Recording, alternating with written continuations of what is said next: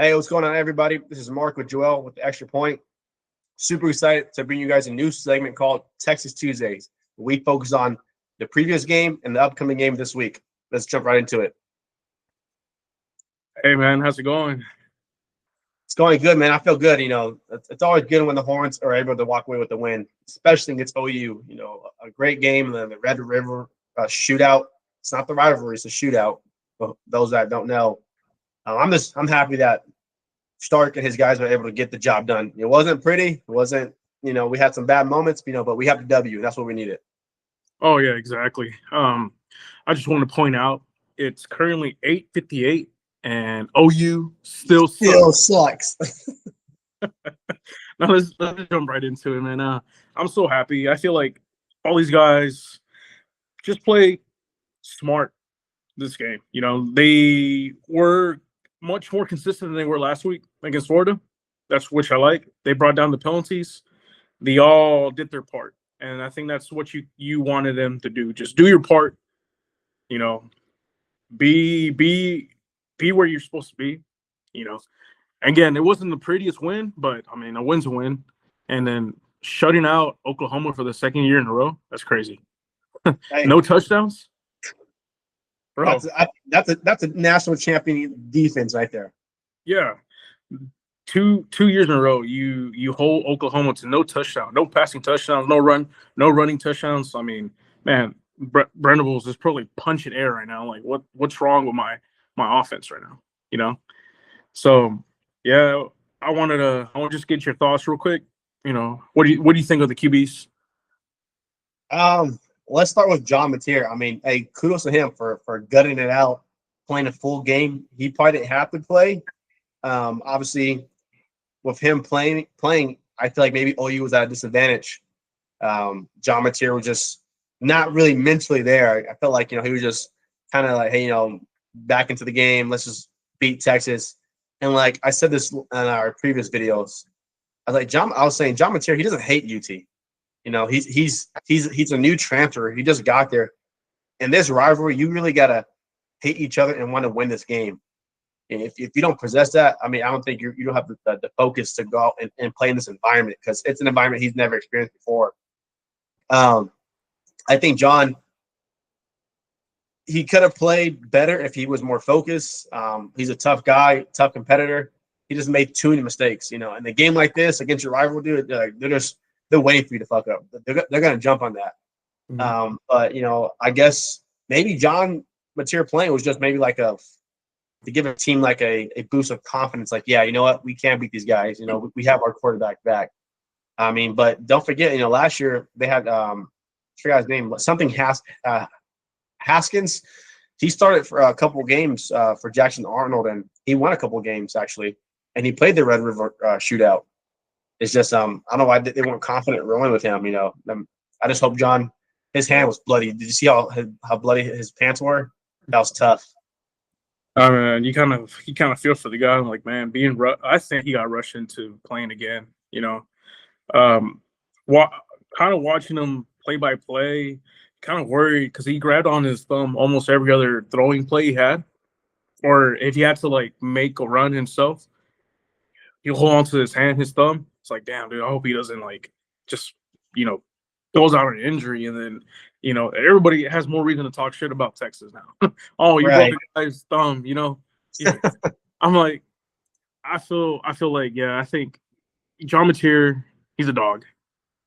All my respects to him. I think the issue here is that the game plan was not all there. How are you going to throw a guy in there to throw almost 40 passes? Right. With no run, the run game was in existence, So feel like it was just a recipe for a disaster. And I just wish Brett Venables probably would have came into this game much more prepared than, yes, his QB was hurt, but man, you had a whole year to prepare for this game. You could have at least had the run game figured out by then, Right. And I think a big point of this is like maybe Brent Venables, he's a defensive coach. And they always say this, defensive coaches are so close-minded, they don't expand offensively. Like, if there was an offensive coach at OU, if I was the offensive coach, this is what I would have done. I'm getting my starting quarterback back this week against a premier defense. Okay, let's limit his throws because he has a fucked up thumb that might roll off like a hot dog.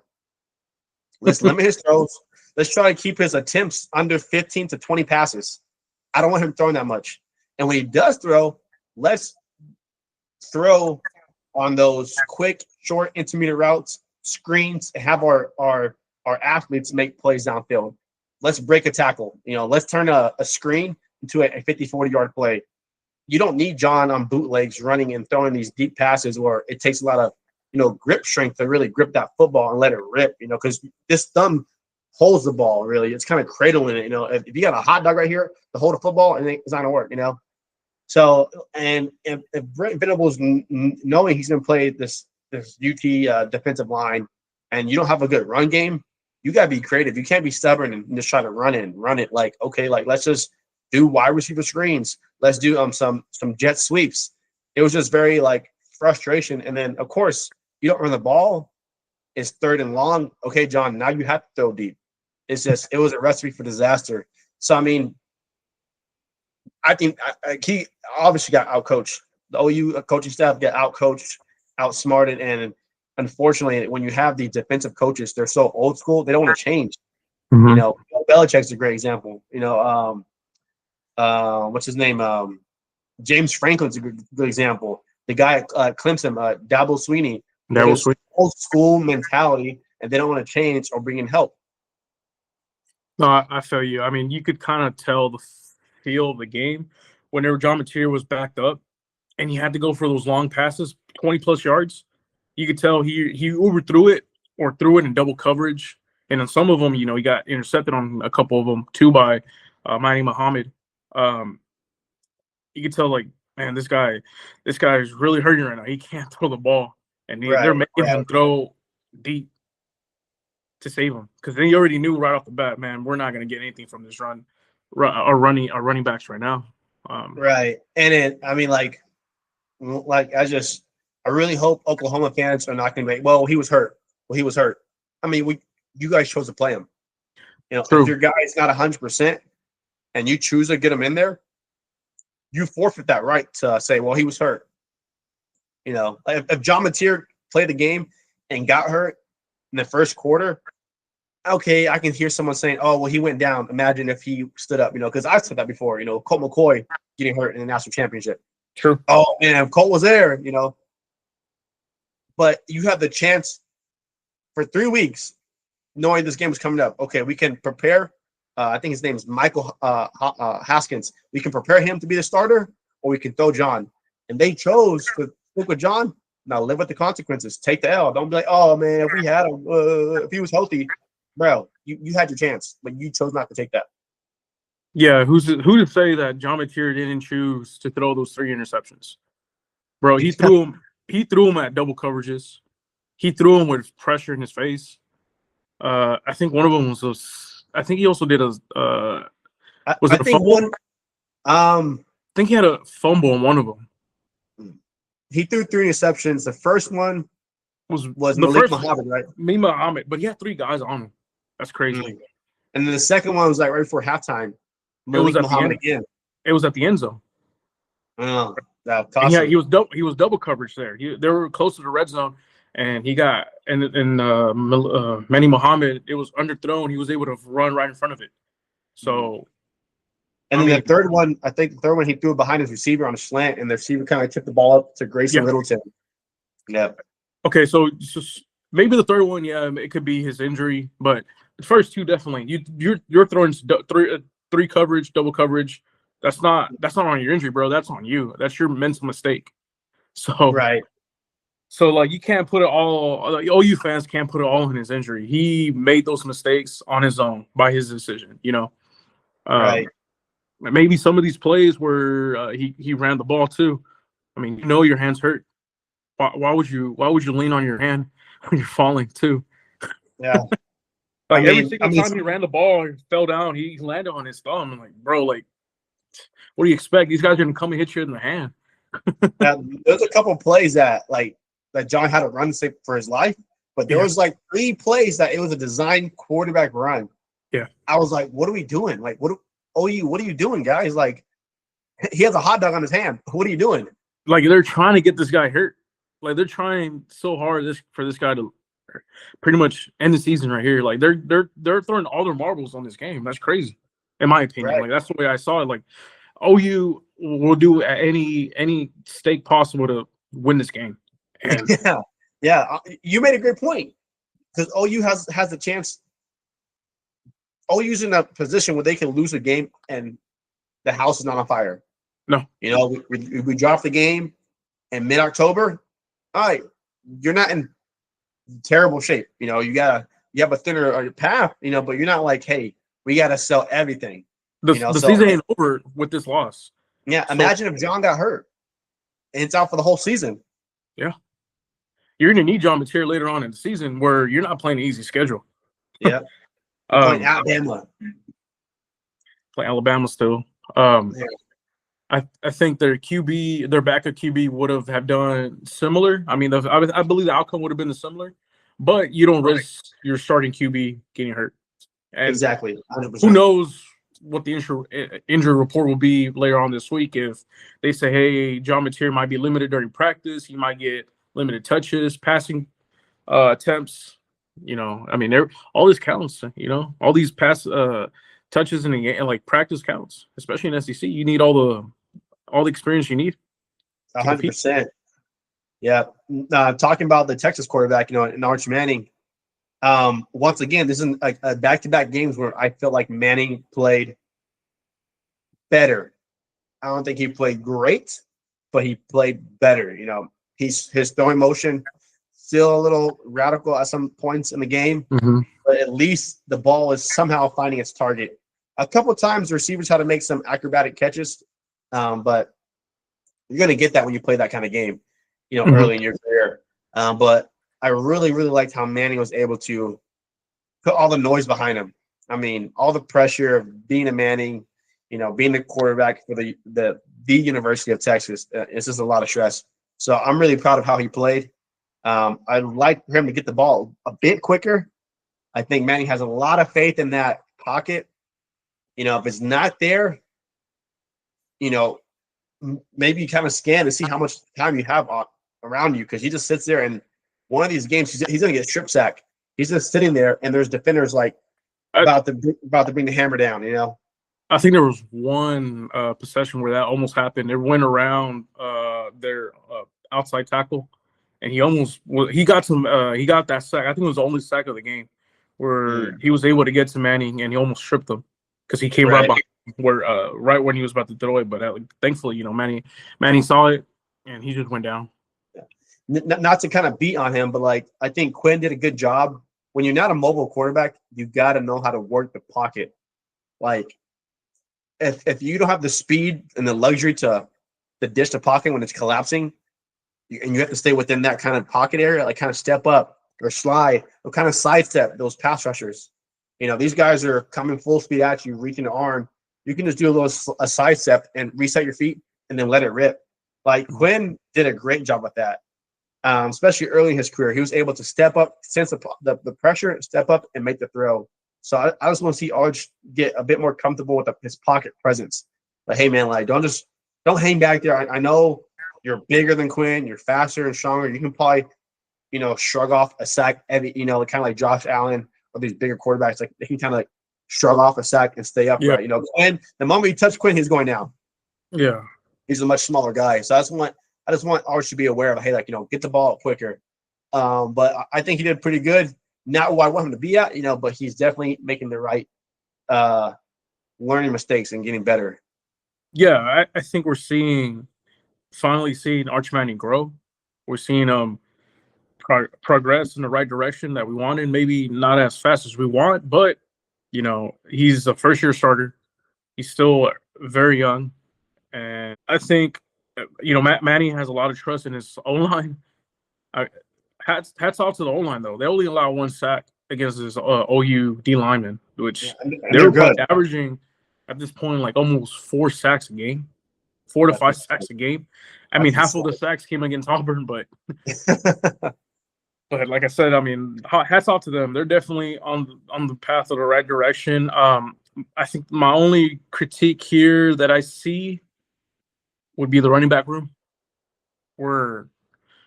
I even though Wisner had a 94-yard game, I feel like we're still struggling in the running back room. We don't really have a true kettlebell running back that can handle the stress, that can handle the carrying the rock. And I feel like this team desperately needs a solid running back right now. Because Wisner at the end of the game, he was tired. You could tell in his face that, and he couldn't run anymore. Well, I think he's still dealing with the injury. You know, when he came against Florida, he wasn't 100%. This game, he was almost 100%, but he still had something nagging. I think Texas is getting to the point where I want to say for sure 2 years in a row having, running backs get hurt this year and last year. I want to say we had one good year of good running backs, but the year prior to that one, we had another similar scenario of our running back room being hurt and banged up. So it's a question is for Stark, I know you like to bring in guys and develop them and have a loaded running back room. But if we're chasing these national championships or SEC championships, we gotta be able to bring some outside talent, some proven guys, because it puts too much stress. Like Stark, it's a run first team. Mm-hmm. Some teams pass to get the running game open. Like Stark, he wants to run the rock. That's his offense. Run the ball. So man, you're jeopardizing everything if you don't have any guys that are healthy. And I get it. I love that Stark is able to bring guys in, develop them, and everybody gets their turn at the bell. But it's just if you can't keep these guys healthy, because I don't know if it's the practice is too brutal or it's just too demanding, because we're gonna run the fuck out of the football. Like we need guys to stay healthy. That's something that Stark might look at in the offseason. I know they have this period during practice called good on good. Have you heard of that? No. What is that? So essentially, like Starks, when he says good on good, it's starters on both sides of the ball, no pass game, straight running the ball. Defense, we're running the ball. Can you stop it? Offense, they know you're running the ball. Can you get the ball downfield? So it's just the smash mouth, bang, bang, bang. Now, is that time in practice? Is it limited? Are they carefully watching the snap count for these backs? Because something's happening on those practice fields that our guys are just not lasting, and we're a quarter of the season, and we had similar injuries last year. So what are we doing? Is it, are we getting our guys enough rest? Are we going too hard at practice? It's only really the running back room. I mean, I know our receivers have been, kind of shaky this year. That's 1 year. The past couple of years, our receivers are staying healthy. You might have one guy out for a couple of weeks with an ankle that got hurt during a game. We're seeing guys getting hurt in practice. I'm like, dang, So what's going on in practice? Is practice harder than the games? Well, you expect it to be, you hope that practice is harder than games. You want these guys to be successful during the games, but you make a good point. I mean, I don't know, man. It's been 2 years in a row that we haven't been able to see CJ Basher fully healthy. They got a freshman coming in, Simon, that they believe has the talent to carry this team in the future. I know they got recruits coming in that are proven 5-star recruits coming in next year, but I think you hit the nail right there. I feel like we do need an experienced SEC running back sometime in the portal. We need to go and coach some of these running backs that have, experience in the SEC, that have, those type of teams that run first. So I feel like Stark needs to look into that. I mean, we're limited, and the guys coming in, are too small, in my opinion. I don't think we have a big running back group.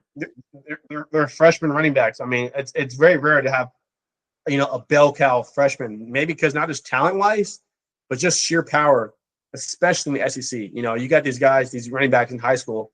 They're 200, maybe $190. You can get away with that in high school. Once you're the SEC, you're gonna need bigger backs.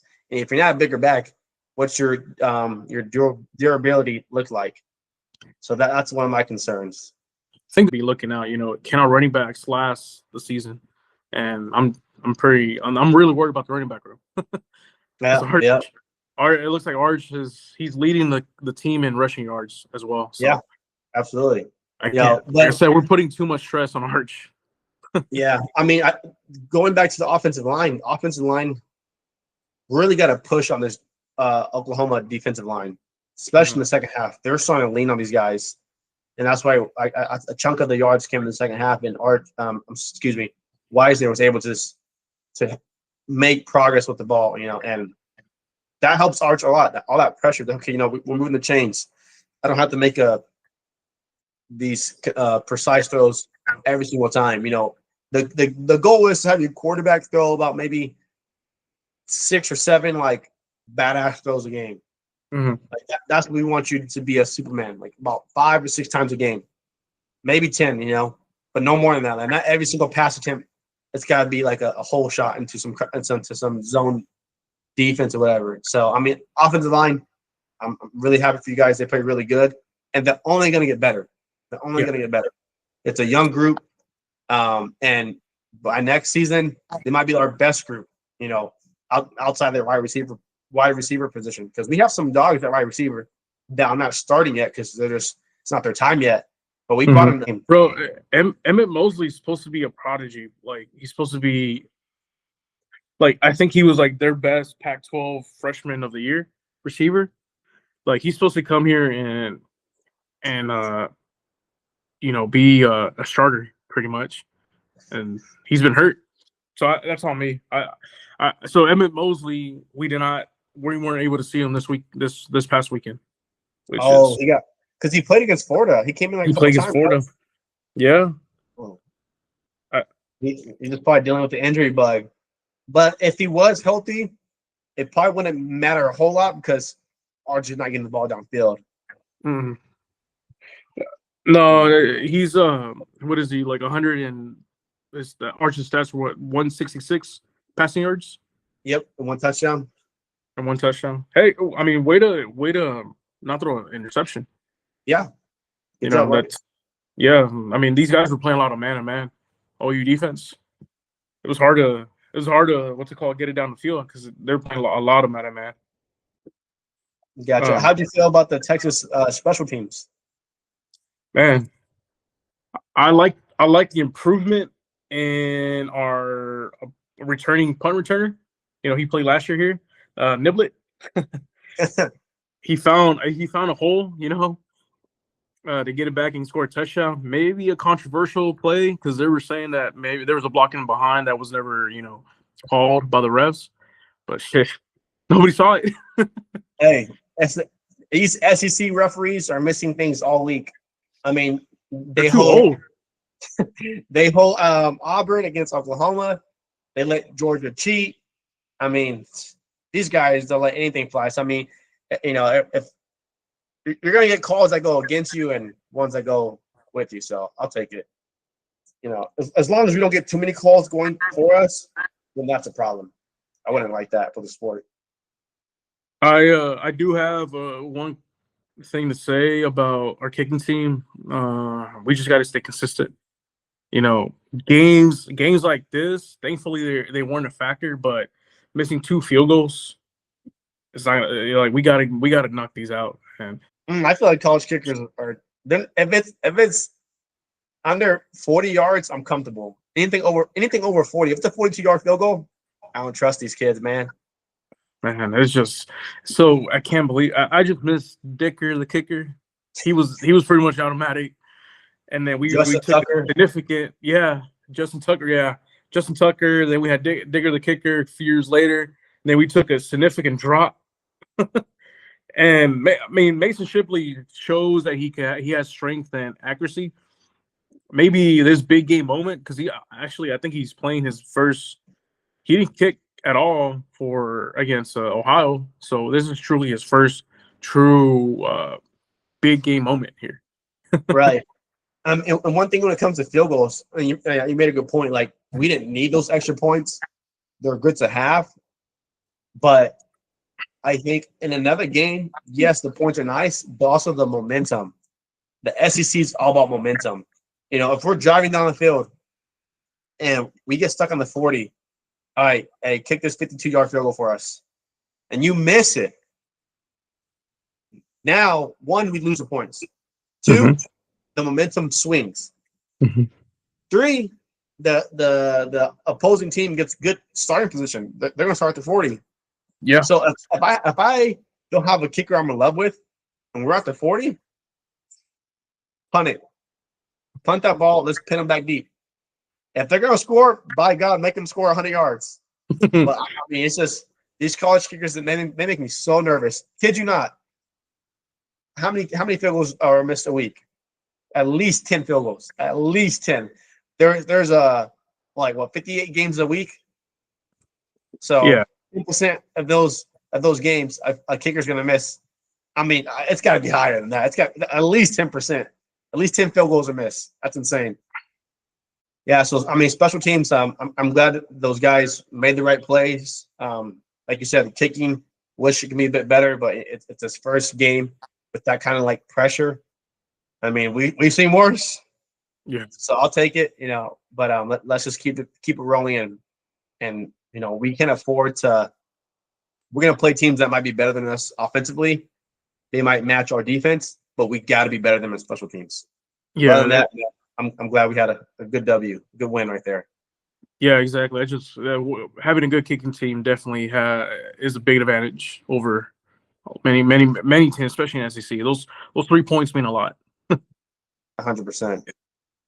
Well, that about wraps it up. I think we hit every point that we want to talk about. Everybody knows the final score here was 23-6. OU was basically gone by, I don't know, like the 3rd minute of the 4th quarter. You could see like everybody was already out the stadium by that. Yeah. By that. But yeah, that about wraps it up. We should be we're going to be posting another video here shortly about Texas versus Kentucky, so be on the lookout for that. But yeah, thanks for watching, and hope you guys like the video and subscribe. Peace. All right, peace out, guys. Thank y'all.